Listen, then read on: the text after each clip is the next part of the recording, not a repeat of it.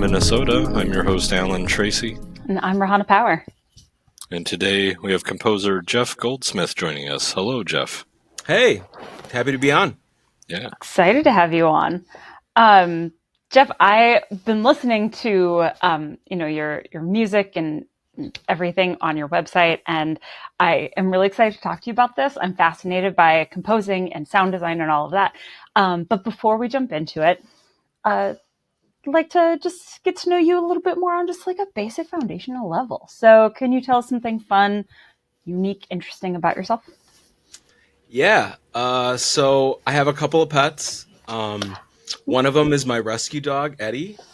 So I got him from animal shelter here in the Twin Cities. So he's a German Shepherd mix, and he's got a great personality. And the other animal I have is I have a 30-year-old turtle upstairs in my kitchen. In your kitchen? So when I was 10, I wanted a dog, and my parents got me a turtle instead, and he's still around. So that's amazing. And what's his name? His name's Tails. Tails, brilliant. Yeah. I was really into like Sonic the Hedgehog at the time. Yes. Yeah. That's exactly what I was thinking. Yep. So the fox, yeah. Yes. After Tails, so yeah. That's amazing. I love that he's still around. Have you seen, this is a dumb reference and completely uncalled for. Have you seen Popstar? I haven't actually, but I've heard of it. Yeah. One, it's hilarious. If you like Lonely Island, but so Adam Sandler, Andy Samberg's character has like his best friend is a turtle that he's had since he was a kid named Maximus. And so it's really, that's what that made me think of, was like it's funny. I feel like there's actually like a lot of people around my age similar to that who got turtles. I think it was because of the Teenage Mutant Ninja Turtles, but I can't confirm that. It's just sort of like a guess. So I feel like you're not far off on that. Absolutely. Yeah. I love that you have a rescue too. This Alan's heard me blab on about it, but I'm obsessed with, like, passionate about that and have my own. So I love that. When did you get Eddie? So we got him like right before the pandemic. So it was like February of 2020. Oh, wow. So it was a really, I mean, having him going into like the pandemic was just, he was just a lifesaver for us, you know? No kidding. But it also created some sort of weird bad behaviors. Like he's super attached to us now. Yeah. Because like we couldn't do anything for years. So like it was just us three, like me and my wife and him. So yeah, so there's sort of some weird stuff with him. He's got a quirky personality. So I love that so much. And that's understandable. Yeah. Well, I could honestly talk about that all day, but that's not what we're here for right now. That's a Patreon episode conversation waiting to happen. But right now, I want to talk about you, being a composer, being in the film industry, being a musician. So just to like start off the bat, how did you even like get into composing? How did you get started? Yeah. It's a really long story.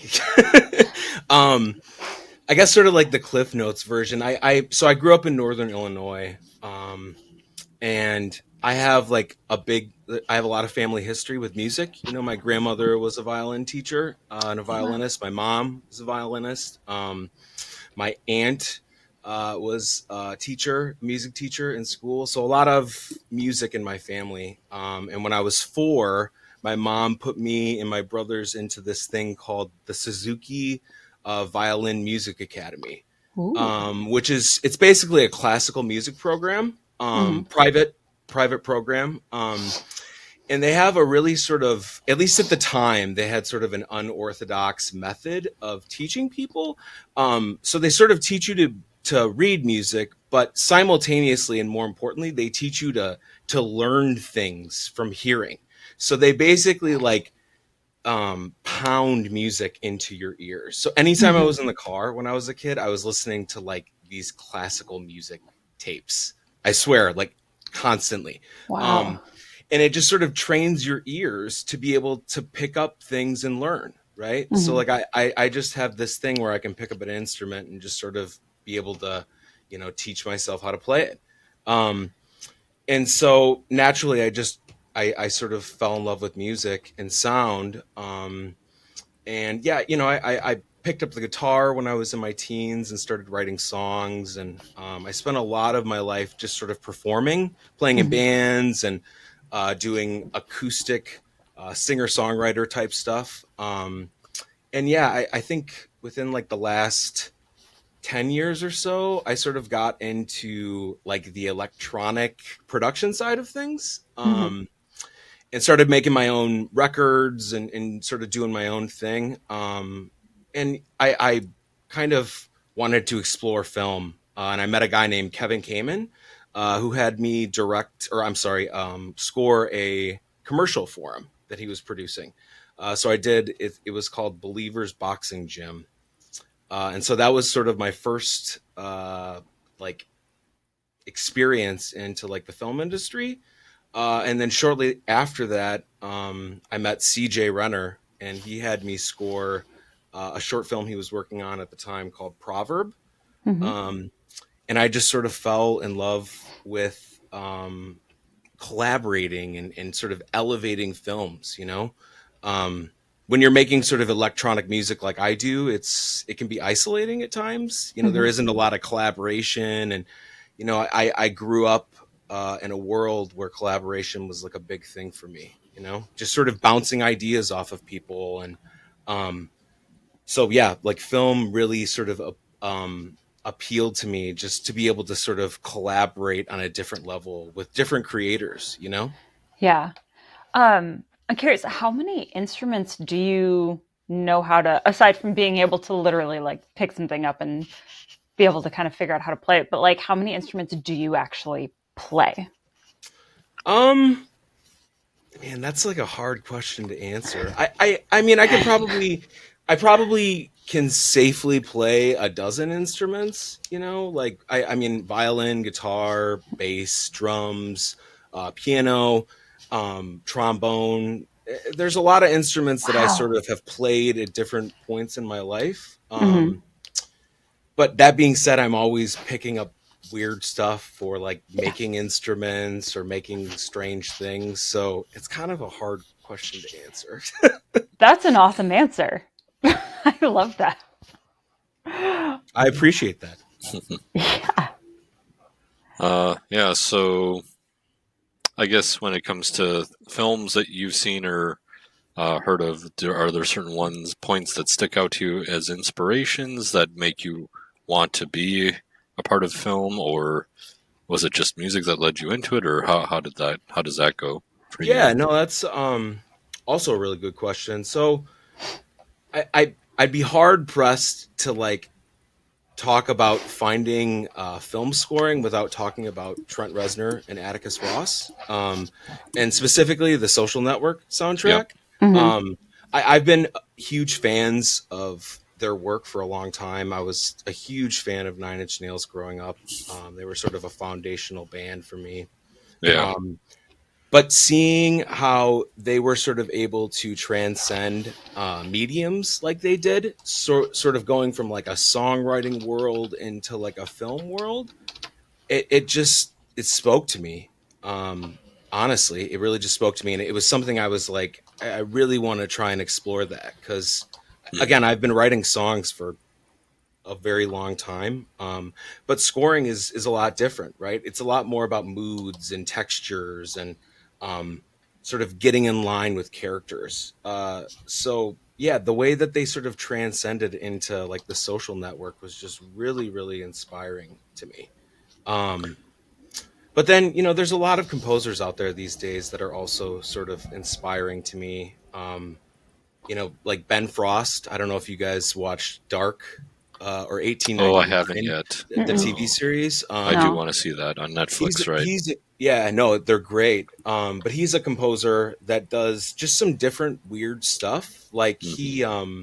the score for 1899, he wrote the pieces of music, and then he recorded an orchestra performing them, and then he took those recordings and went into some abandoned ships, and then played those recordings out into the boat and recorded it.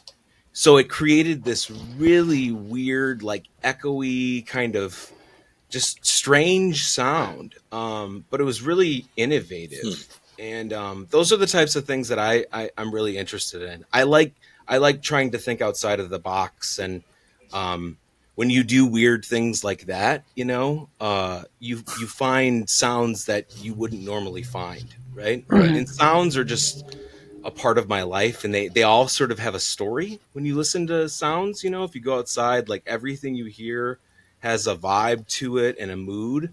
Mm-hmm. And so Uh-huh. I'm really sort of interested in finding those moods and sounds. So Yeah. yeah, people like Ben Frost, Trent Reznor, and Atticus Ross are doing really great stuff these days. Yeah, just really Yeah. innovative people. That's kind of the stuff I'm into. Mm-hmm. Yeah, I like the Social Network score for sure. Yeah, Um, yeah. I mean, they've done so many other I mean, Girl with the Dragon Tattoo, Challengers recently, Gone Girl, like they have done Fantastic. some prime, Challengers. Yeah, Challengers was a fantastic score. I so absolutely good. loved it. Yeah, Yes. yeah, yeah. So good. No, No, that they've was kind of been one big all over the takeaway. place. I think it's Mm-hmm. really great what they've sort of done with the scoring genre, because people like them get people like me sort of interested, right? Like it's sort of a weird thing where they inspire. I think they're sort of inspiring a new generation of people to get involved in this kind of stuff, as we sort of pivot away from, because scoring is a weird thing.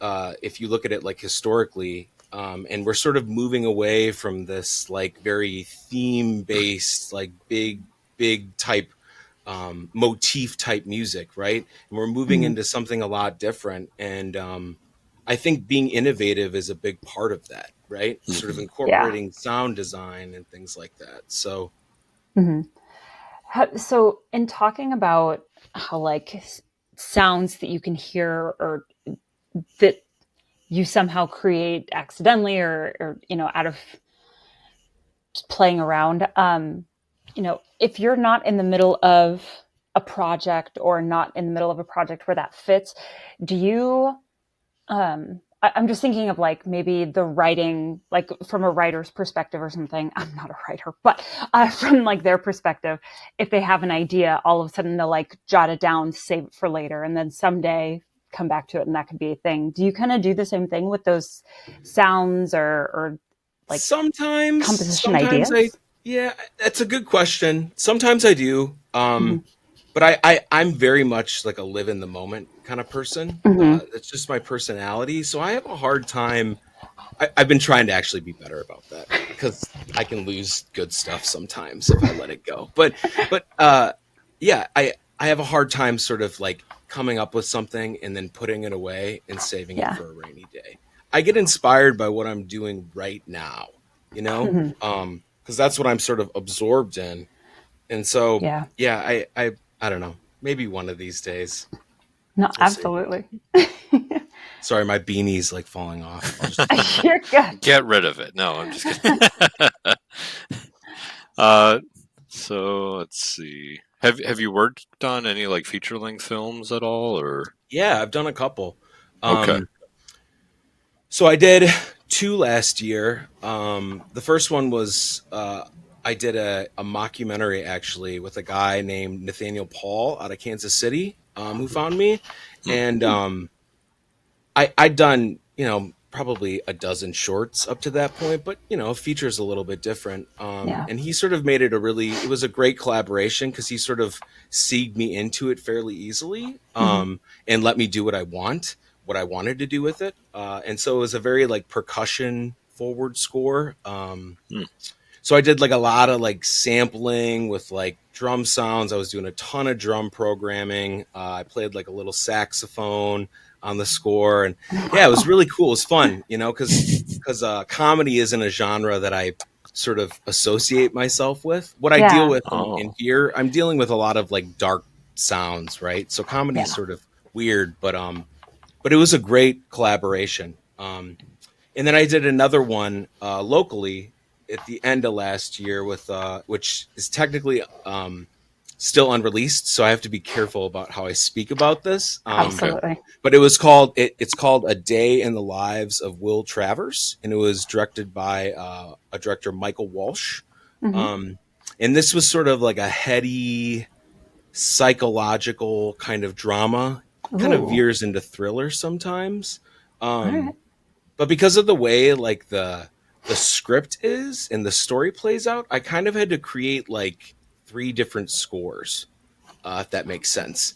Interesting. Because they all have like very distinct personalities, each Mm-hmm. sort of part of the score, and they all sort of like play with each other and push and pull with each other. It was a really fun um, film to score. I really had a lot of fun with it, and Michael, the director, really pushed me to do some things I probably wouldn't have otherwise done. Mm-hmm. He wanted me to use like for one of these ideas, he wanted me to use like woodwinds, which is something I probably wouldn't have normally jumped to, Mm-hmm. but we just sort of incorporated a lot of like weird instrumentation, and um, yeah, it was a really great film. And Was that so, one the comedy one, or was that the no, this is the No, the recent. psychological Yeah. sort of, psychological? Okay, yeah, okay. yeah.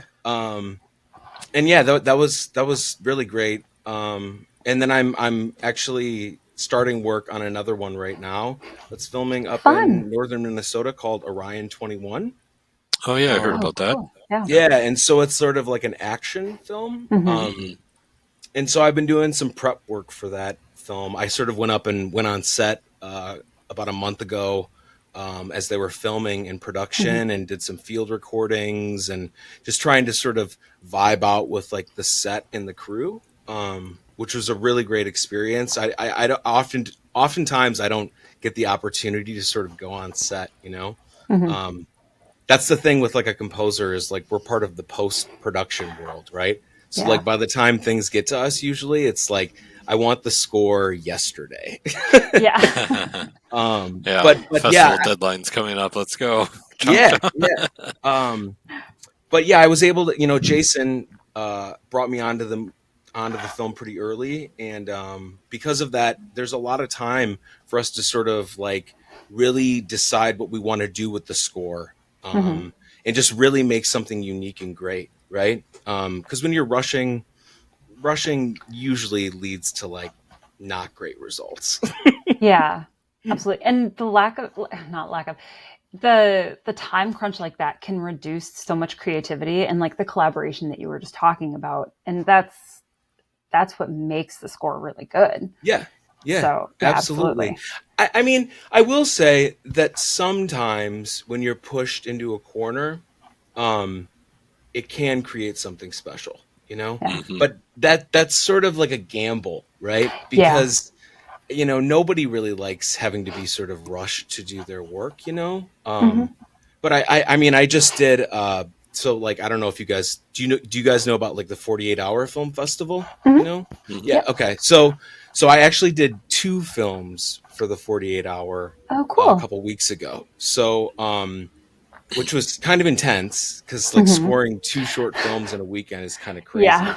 It's a You lot. brought But that I on kind of went yourself, into sir. yeah. Well, I mean, but I sort of went into it with like the mentality that I hope I'm pushed into a corner. Let's see Yeah. what I can do here, right? And Yeah. Right. surprisingly, I actually thought both of the films I scored turned out fantastic. So Okay. That's I awesome. don't want to like double down on rushing through a score or something, but Yeah. in that particular scenario, there was something special that happened, Mm-hmm. and there was some great filmmaking that happened. So Which films or which filmmakers were you with? yeah, so I worked with Jack Walterman, which he Okay. did Colette at Z Fest, which I scored. Nice. Oh, Um, cool. Nice. and yeah, so he did. It's called Things Kept. That's the film for 48 Okay. Hour, and then the other one was it was The Field, which was directed by Nathan Block. Yep. Mm-hmm. And it was kind of cool because they were actually able to get Chris Mulkey to actually come and direct, or I'm sorry, not direct, to write and act in the film. So if you pull up like What? IMDb and pull up Chris They got Mulkey, him and to write and act, and Well, I guess it's Yeah, only 2 days if you're in town. yeah. Well, I think he's. Don't quote me on this. I Yeah. think he might be from Wisconsin or something like that. So I think he Oh, might, okay. or he So might have it's not some that ties far. around Okay. here or something like that. Oh I don't know. yeah, I'm born not. in Wisconsin. Yep. Yeah, I'm Oh, not. I'm not quite sure. Yeah, oh, born in. right. And it was like close to 4th of July weekend, so you're kind Yeah, of, yeah. yeah, yeah.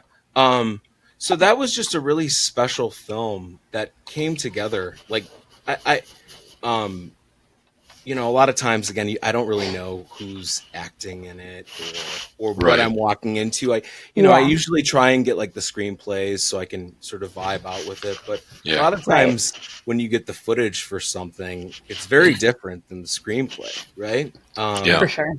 And so that something was just really special with sort of him being there. I think they sort of added an energy maybe to Hmm. the set. Hmm.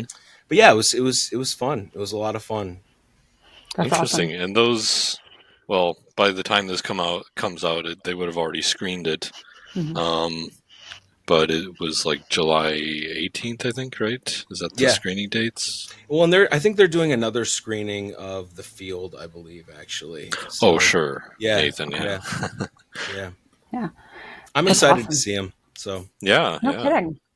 I mean, it sounds like you've been able to like take on a pretty vast array of like genres and challenges, and being pushed in different directions. That, I mean, you said normally you're kind of like thriller horror centric, but like being brought into comedy and doing this huge mockumentary, and then being brought into thriller, dark, psychological, but like having to kind of spread out what you're doing. hmm um I mean, that just sounds so fun, being able to like step up to that challenge. yeah, um what's your like thought process when going into that, like when you were approached for, say, the mockumentary, and yeah, like saying, I don't do I I don't typically do comedy, like yeah. what is how do you go and get yourself in the mindset to do that? I think it really depends on the project, right? So like for the mockumentary, I wanted to do something wild and like that didn't feel normal to me, right? Like do something Yeah. because I know what I can do really comfortably, right? Which is sort Hmm. of create very dark textures, tension. Like I can do that stuff very easily. But yeah, like scoring a mockumentary, I wouldn't have even known the first thing of what to do with that, right? Hmm. My experience with a mockumentary is like Spinal Tap or Best in Show. Best in Show is great. Uh, but like if you watch those, it's like there's not Yeah. really a score, right? Hmm. It's like you get like usually you get like a couple of contemporary songs and um maybe like some background type stuff, but it's not really like a score. It's Hmm. just it's just some music put to it, right? But he wanted like some 30 Rock type stuff, like Oh, the TV really? show 30 Rock. Yeah, like really like Really aggressive, jazzy. yeah, like jazzy, aggressive type stuff. And I and Yeah. I I've done a like it. little bit of that with Yeah. Proverb with CJ. He wanted sort of like a Hmm. 70s jazz score for that. So Huh. for me it was like the thinking was, well, Proverb. I know that I sort of have an in here. Like that's Yeah. that's sort of my in that I've done something in this realm before. Maybe I'll start with that and see where I go. Right. Hmm. So I think that's typically my thought process is Nice. just trying to embrace the challenge and if I can Hmm. figure out a way in to scoring something, then I'll usually do it, right? But like with a Yeah. comedy, if I don't have a way in, if I can't like visualize and see where I need to go with it, Yeah. then usually that's something that I probably wouldn't take on. Hmm. But yeah, like crossing over genres has been kind of fun actually. Something I certainly didn't expect to do when I jumped into this. I thought I was going to be Yeah. scoring like thrillers and horrors only, you Yeah. know. Is there a Um, genre that you haven't scored that you'd be like, that could be a fun challenge? I would love to do a documentary. Yeah. Yeah, I would absolutely love to do a doc. That's sort of on my bucket list is to do a documentary. I like it. Um, but outside of that, I feel like I've covered a lot of genres. Hmm. And I love staying in sort of that horror thriller realm. Yeah. Because that's really where to me, that's where the drama is, and it's where Yeah. I can sort of like align my thinking and my creativity to sort of what's happening. Hmm. Hmm. But throwing in like, yeah, throwing in some random stuff here and there in different genres is always fun. Yeah. I just signed on to do a comedy short actually. Here Fun. and it's sort of like a weird, quirky, like kind of oddball comedy, which I Hmm. liked. Huh. And yeah, and so when I watched the footage, I was like, I don't how can I key into this, right? Yeah. And I came down in my studio, that afternoon and spent an afternoon just like playing around, and I started Hmm. coming up with some sort of weird like modular synth type stuff over there, and I Hmm. was like, you know what, this is sort of my in. I can do this with sort of this palette, right? Nice. Yeah, so I don't know. I think it's about sort of seeing an in sometimes for the oddball stuff. For sure. No, Hmm. that totally makes sense. Yeah. Um, so you had mentioned that you've done films obviously here in Minnesota of a lot of local, but that you've also done scored for films outside of Minnesota. Yeah. Um, what do you enjoy about working on Minnesota films Yeah, specifically? no, that's a great question. There's a lot of creative people here. There's a Mhm. lot of people here that it's kind of weird because I feel like a lot of these people have been sort of coming out of the woodwork at the same time as me. But yeah, there's a lot of creative people that are doing some really cool stuff with film, and a lot of people that want to collaborate and try and do interesting, cool stuff. And to me, that's extremely appealing because having worked with crews around the country, Hmm. you don't get that in a lot of places. Hmm. And especially in the big places, you go out to LA or Atlanta now. In those Hmm. places, it's very like feast or famine, and it Mm. very territorial. Um, Around here, you don't get as much of that. Like people are typically a little bit more willing to sort of try out new people and explore creating with different people, right? So Hmm. you get sort of different hubs and crews, and um, Right. that's just really special. But And there also is maybe a lack of the amount of people, so you have to kind of expand if you want to collaborate, like we've kind of been alluding to. But yeah, I because mean, the and that's certainly true, right? Like yeah, you definitely run into the fact that you know, yeah, I don't Minneapolis disagree and St. though. Paul are only so big, right? Half a million Hmm. people. You're Right. not going to have a ton of people. But I will say, sort of all things considered, there's actually a fairly big community, and you Right. have some really great Yeah. festivals. I was Yeah. just hanging out with like Jim Brunzel, who does Sound Unseen a couple of weeks ago, and like cool festival, man. Like music forward, you get a lot of great, unique stuff coming into the Twin Cities. Like, Hmm. I don't know, Well, that's dope to me. I yeah. dig stuff like that. I want Yeah. weird stuff. So, It kind of um, makes sense for Minneapolis with music, the music scene, and then yeah, Hmm. theater scene as well.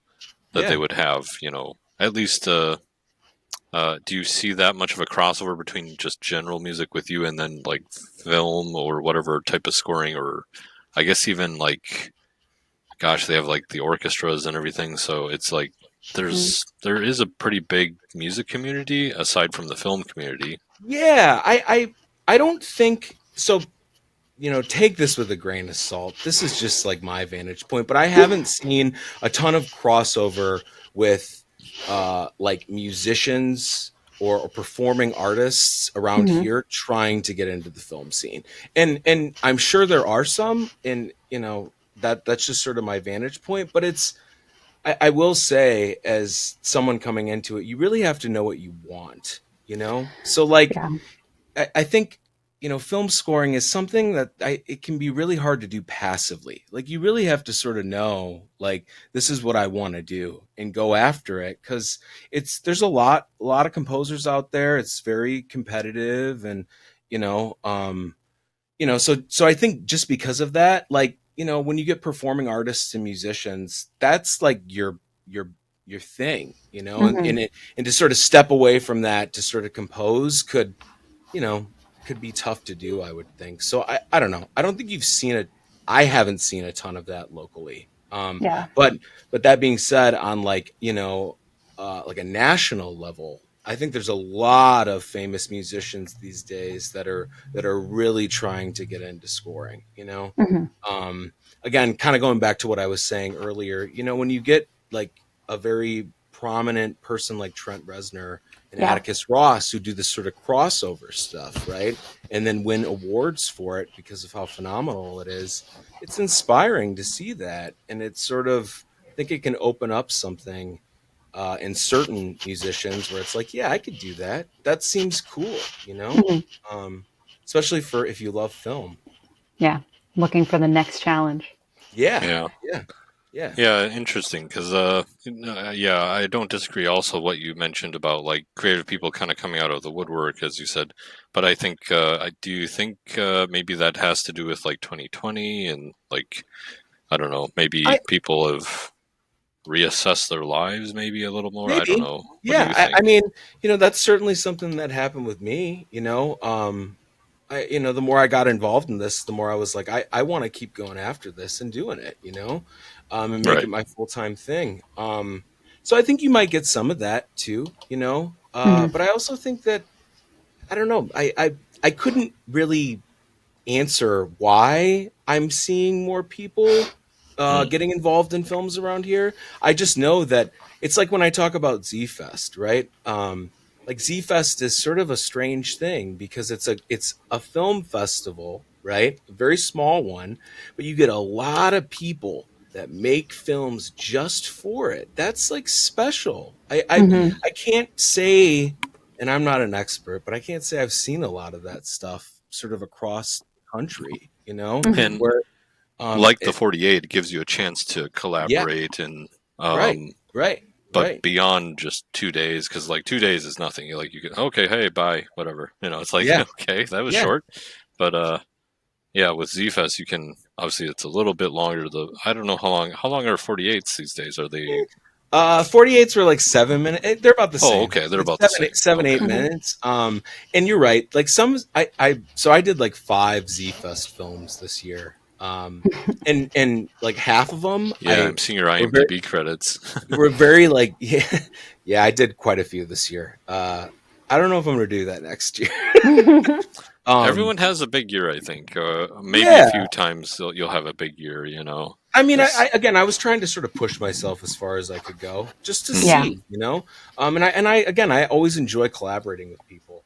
Um, Right, and and that's the other and thing. You do hopefully meet enough yeah, people to right, right. You keep meet that. great crews, and you sort of find your crew. Like Yeah. that's the thing that Right. happens. Like, um, it's just really special. But yeah, Z Fest is a lot of fun, and a lot of the filmmakers really get ahead of it, right? Like Hmm. Carrie Leyland, who you guys talked to a couple of weeks ago.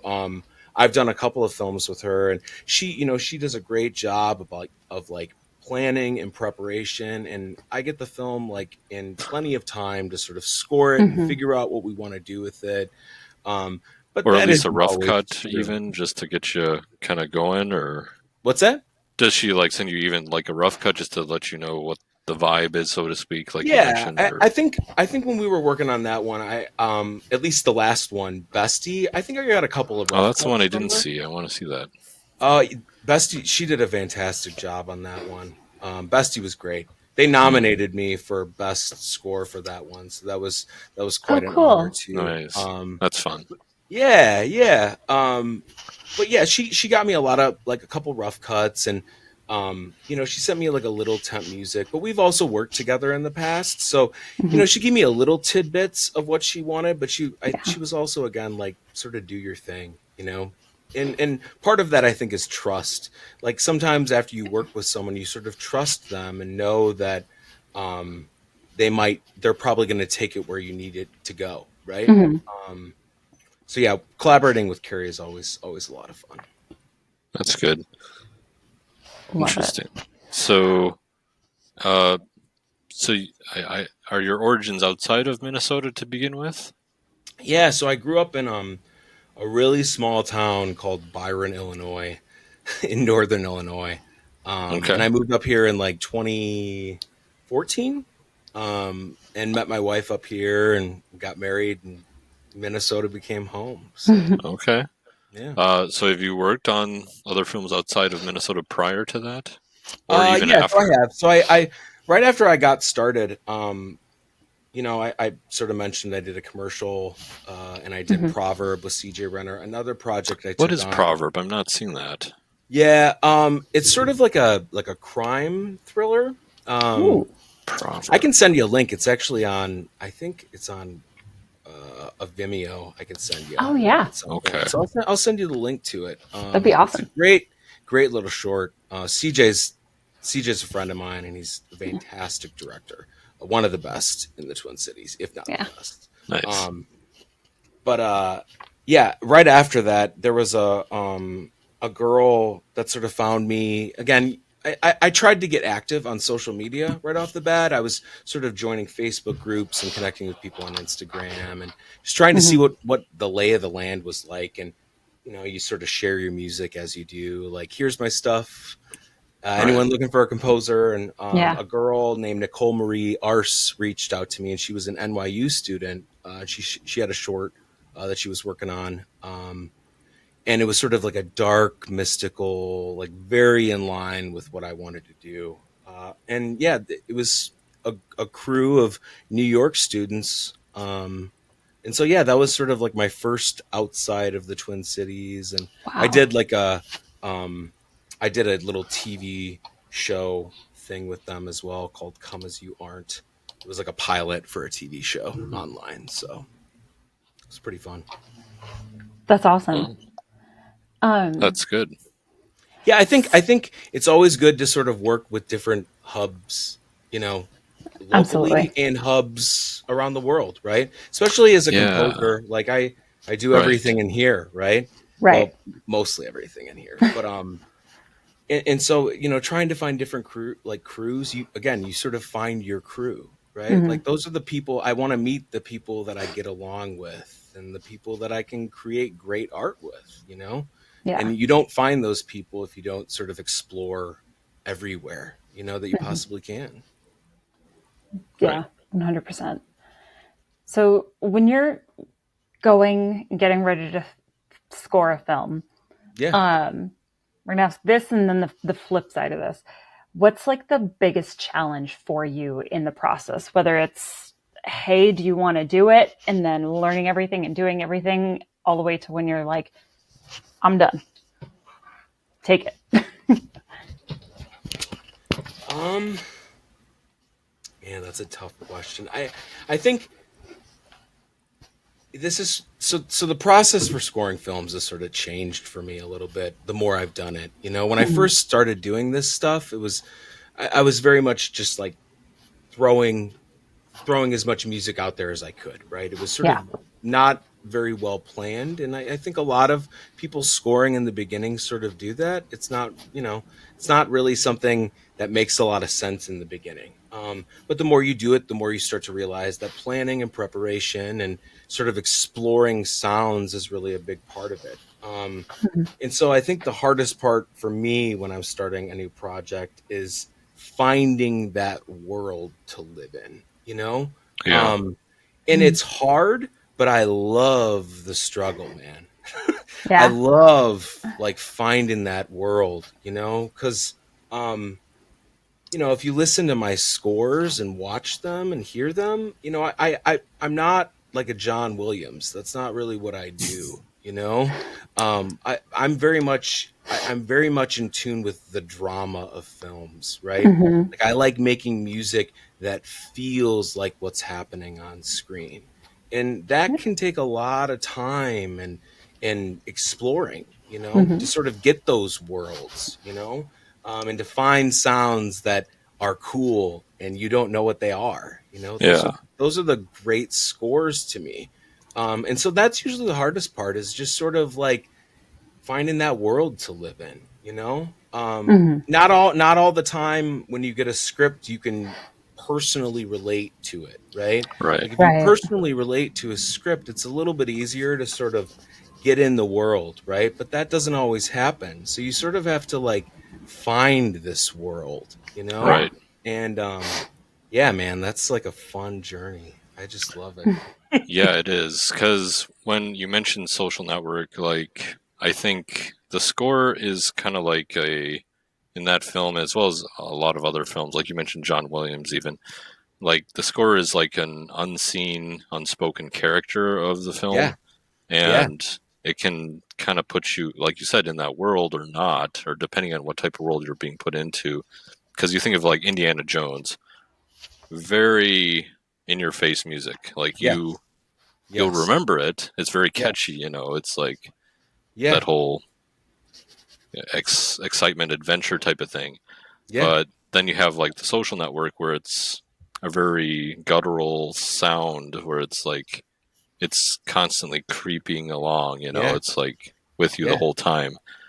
They're Um, just they're like yeah, different scoring styles, right? Mhm. yeah, It's like, um, but like again with like the Social Network, it's all about the drama, man. Like that score feels dark and it feels sad and it feels Mhm. lonely, like I hmm, mean it's about like Mark Zuckerberg and it's this sort of sad, lonely story, and that score feels like that.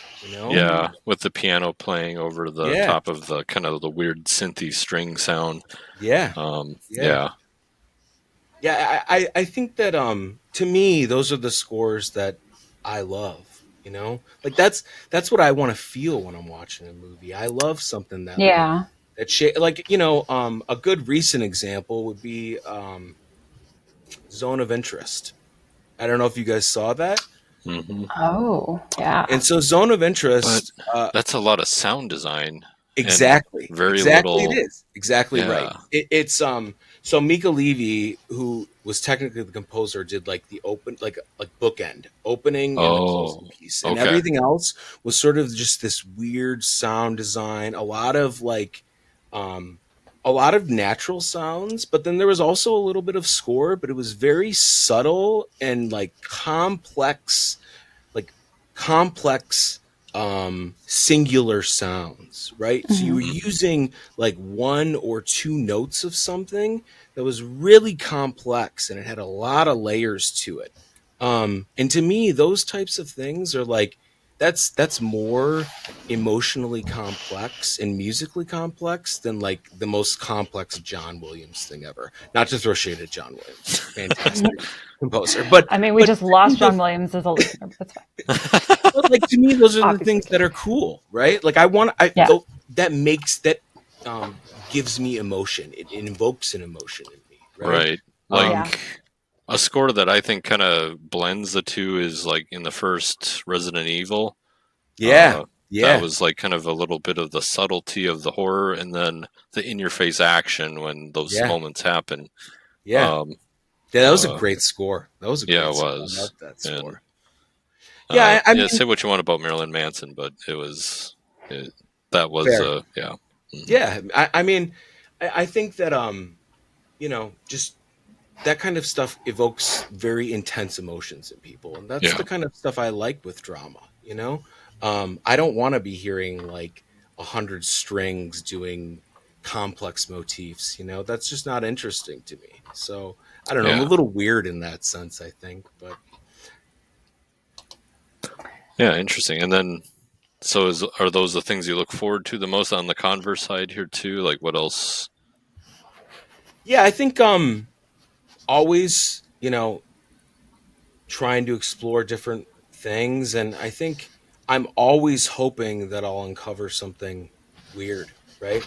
I'm always trying to be innovative and figure out ways to be innovative, right? Whether that's Mhm. like, yeah, like taking my field recorder to the production on Orion 21 and trying to record ambience around the Mhm. production, Hmm. or going out and taking a hammer to a dumpster and recording it and then like sampling it and Mhm. twisting it. Like I'm always looking forward to trying to figure out and find something that invokes an emotion I don't think I found yet.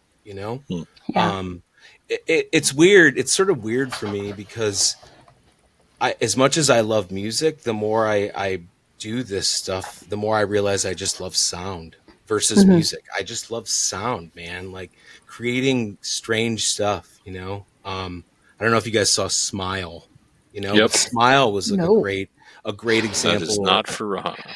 I cannot do horror. Not a horror fan? But no, can't. Yeah. I'm like a 2-year-old. I can't. Nope. But That's I believe totally it. fair. Totally fair. My wife's the same way. I have to watch horror films by myself, basically. Oh, You're like, I'm It's trying to cool. I work. Can you actually, hang out with me?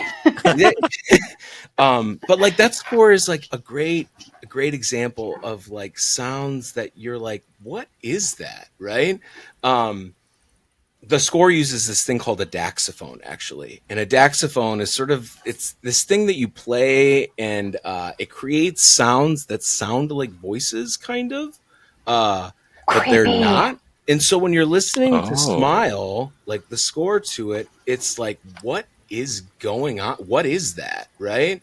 And it's just a bunch of daxophone sounds, like sampled and resampled, and it creates this world, man, of just like, what is that? I love that, huh. That sounds perfect for a horror movie. Like Yeah. just I, you I mean, describing it makes me like think like, okay, I need to take melatonin tonight so I can actually watch this. Because now I'm just I imagining hope it. I'm not freaking you out, but No, yeah, no, I no, mean, you're not. I, It sounds very perfect for like what that genre is. yeah, I mean, so it's like those are the types of things that they lend themselves very well to Hmm. horror Yeah. films.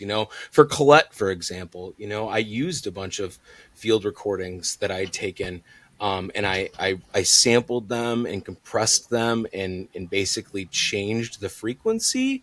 So uh, it's like I was basically like 4 octaves beneath what I actually recorded. And Wow. when you do things like that, you find weird sounds, man. Like Hmm. it's just sort of the nature of it. And so that whole score for Colette is the bedrock of that score is field recordings that I sampled and Hmm. like time stretched, and put a bunch of filters on them, and they create very strange sounds, that you can't get a lot of that stuff with like a guitar or a Hmm. violin. You have to Hmm. you have to be innovative and try and figure out how to get that sound. Yeah, Oh.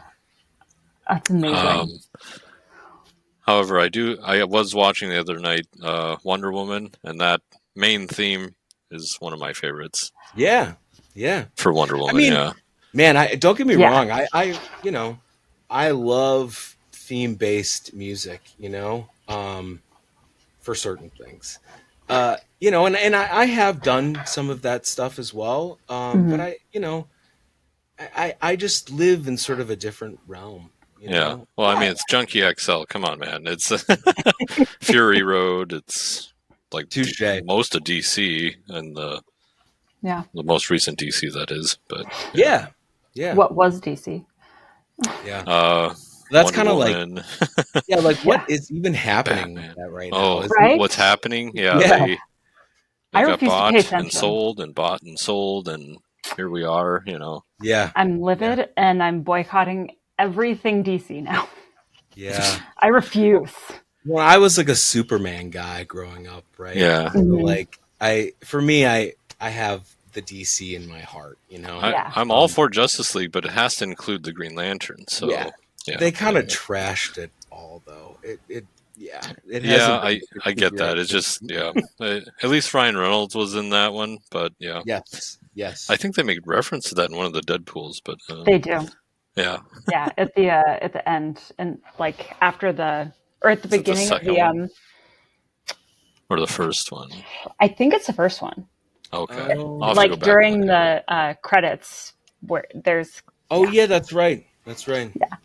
Yeah, I don't. I It's don't fabulous. know. I got a little burned out on the comic book stuff. The Marvel really Yeah. took it like I don't know. It was a lot. It was Well, kind of Yeah. like, Deadpool, like Venom, were like in this other Sony camp, kind of, or was it yeah, Fox? I think it was Fox. One of the two. They weren't with Marvel because it Films was like originally. was it like shared rights or Yeah, it was whatever? I like think I it think was it was Sony. Okay. Sony or Fox. I can't remember which for Deadpool originally, but Hmm. Yeah. then Marvel eventually. Well, they kind of got it back, sort of, because of Disney, and then yeah. Anyways, that whole Yeah. mess. I will I don't say, know. I think Maybe one day we'll get another great DC movie, like the original Superman. You know? it's Well, bound to like happen at some point.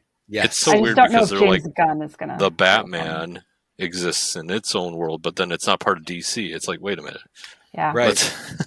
Right. Which was an Although that awesome Batman movie, Batman. did you guys see the Robert Pattinson Batman a couple So weeks That's the ago? good. Batman. Yeah. Yeah, Yeah, I So thought good. that was great. Yeah. and I then thought that was you really have good. Joker, and it's like Yeah, you have Yep. yeah, Joker, you have Batman, the Batman.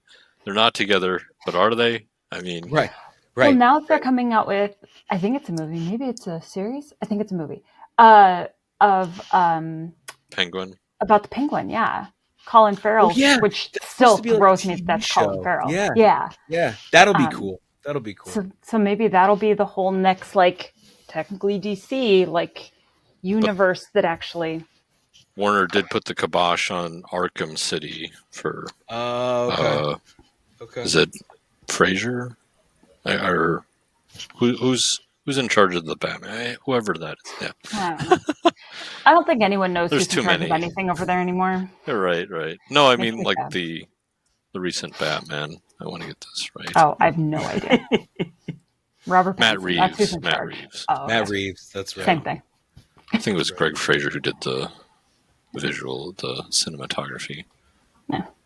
But Yeah. anyways, But yeah, I phenomenal. will what's say, next? like, What's coming up next for you, Jeff? What's you kind of alluded to a little, but yeah. So like I mentioned, I'm doing Orion 21. And then I have Mm-hmm. a couple of short films that I just signed on to do. The comedy I was mentioning, and then a horror short. Yeah. And then I'm actually finishing up a record right now.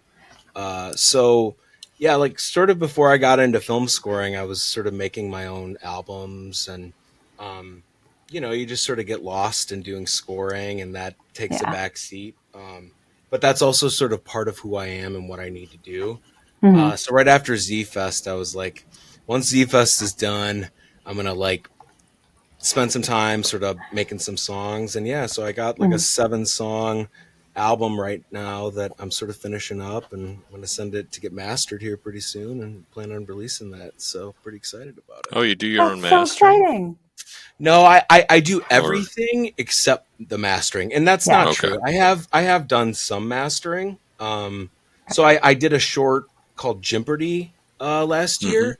I saw that. And yeah, and I released sort of the theme to that score on my streaming, and I did master that one. So I like dabble with mastering. But I work with a great guy out of Chicago. His name's Carl Saff, and I've worked with him since I started making my own albums, and he's like the only guy I'll work with. So he's just the best. Nice. We need a like post mixer or masterer for films around here because in Yeah, Z Fest there it's all over the place for sound. It's just like in a theater at yeah. least, which I is mean that's completely different than at home. Or Mm-hmm. I agree, and that's man, that's like a struggle as a composer. I'll tell you, like, um, when you do your score, you sort of like, I write. If you didn't gather already, I write and create and produce and do all my own scores. I don't have anyone else do anything. Mm-hmm. And so I do it and level it to the film that I have in front of me. But a lot of times they're doing things that I don't know about, and it happens in films Yep. where your yeah, score just gets really quiet, or they intentionally turn it Yep. down, or or they yeah, I don't know mean, how or to it, change frequencies for yeah, voices over the music and things right, like or that. you get a sound guy who hasn't done a ton of stuff, and Mm-hmm. yeah, I mean things happen, and I've certainly worked on my fair share of films that didn't sound great. But yeah, Z Fest, that's to me that's sort of part of the charm of Z Fest is you get in there and you're like, woof, that didn't sound good. Or and then you get another one and you're like, It's oh so man, that sounded true. awesome. Oh, It, I it's wish. Yes, I mean when yeah. I know your pain. I do because yeah, I think everyone does. Because I get in there and it's like it's so quiet. What yeah, happened? It's like yeah. my film. Like hmm I mean, I think a lot of the veteran filmmakers in Z Fest have sort of dialed it in, but the Mm-hmm. newbies, it takes a while to figure that well, out. You know? Nathan did talk to us about that on one of our Yeah, Patreons. He talked Yeah. about like how it is a different setting based on either each individual film or overall Yep. Mhm. what's being played. Yeah. And I mean, and you can sort of mix those things differently, right? So like when a lot, I'll tell you, the question I get asked the most out of anything as being a film composer is how do you deliver the score? Like, what are you delivering? Are you delivering like a pamphlet of music that someone plays? Are you Mm. delivering like the movie with the music there? And what it is you're dealing with wave files, right? mhm, So Yeah. like my score is, think of it as like an MP3, right? But depending on who I'm working with, sometimes they want the stems of things, right? yep, And when I say stems, I'm talking about like the each individual instrument in like that part. That's Yep. a stem, right? So like, my mini moog is a stem, right?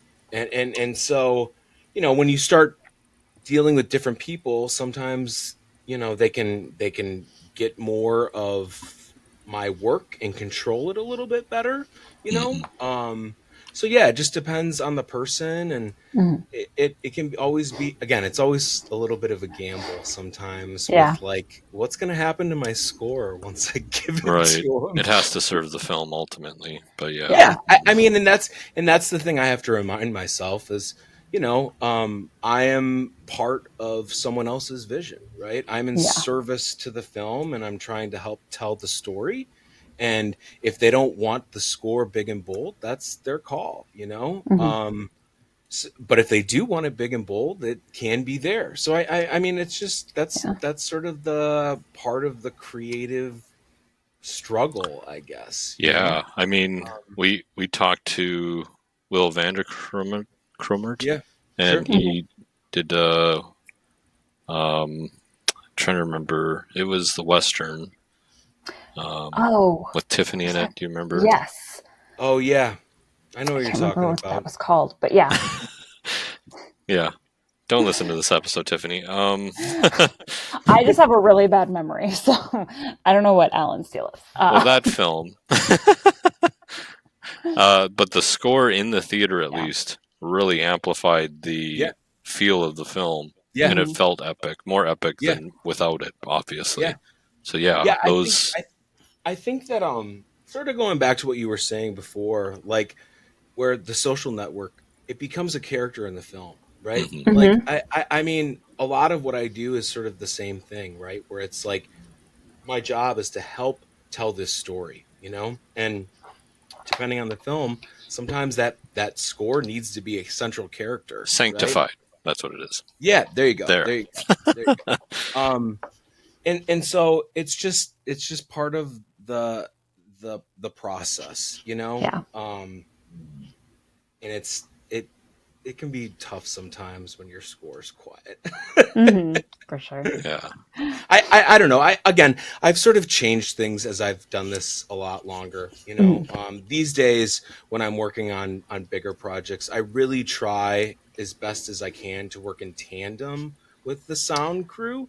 So the Yeah. people that are sort of compiling things and that are doing like the sound design and the Foley, because if I'm working in tandem with them, um, everything can be elevated, right? Mhm. But you're also dealing with frequencies. So if you're not working in tandem together, it's like they go like this. They just Yeah. clash head on, Now you're talking frequency to the. Okay. Yeah, yeah, No, I'm just kidding. I know exactly what you mean, but yeah. yeah. So it sounds like you're going to be a composer slash sound designer, maybe here. Who knows? Well, I mean, I a lot of what I do is sound design. Sound design is in Yeah. my scores. I deal with a lot of weird stuff, if you listen to the stuff on my website, you probably know, or have heard any of my scores, I Mhm. use unorthodox sounds and sound design sometimes as part of the thing, Hmm. That being said, I would certainly love, I was just talking to someone about this. At some point, I would love to do like take on a project as a creative sound designer. Yeah. Not, and I'm not talking about like Foley and recording Oh, footsteps. I'm okay. talking about like creating really interesting stuff that isn't really music related. It's kind of what I do anyways. Yeah. Uh, but to be able to sort of remove the music from all of that, and then maybe have a composer do that music, and then I do sort of the creative sound design. Again, Yeah. talking about like bucket list projects, Yeah. that's sort of another thing I'd like to sort of explore at some point, is sort of creative, like a creative sound design role. Right. Um, and Yeah. just sort of extract the musical elements out of what Hmm. I do. I did check out your website, listen to some of the samples. It's very good. Where can Yeah. people find your work? Tell them about that. How can they Yeah. follow you, support your work? Yeah. Check my website, jeffgoldsmithmusic.com. I'm pretty active on Instagram. Also Jeff Goldsmith Music. You can look me up. And yeah, I'm always sort of trying to post about projects I'm working on, or what I'm doing in here or out there, just trying to sort of show people what I'm trying to mess around with. So yeah, Great. check me out. You can find me in those places. Love it. All right, Jeff, we got one more question for you. It's the Yeah. big one. What do you want people to remember most about you? Yeah.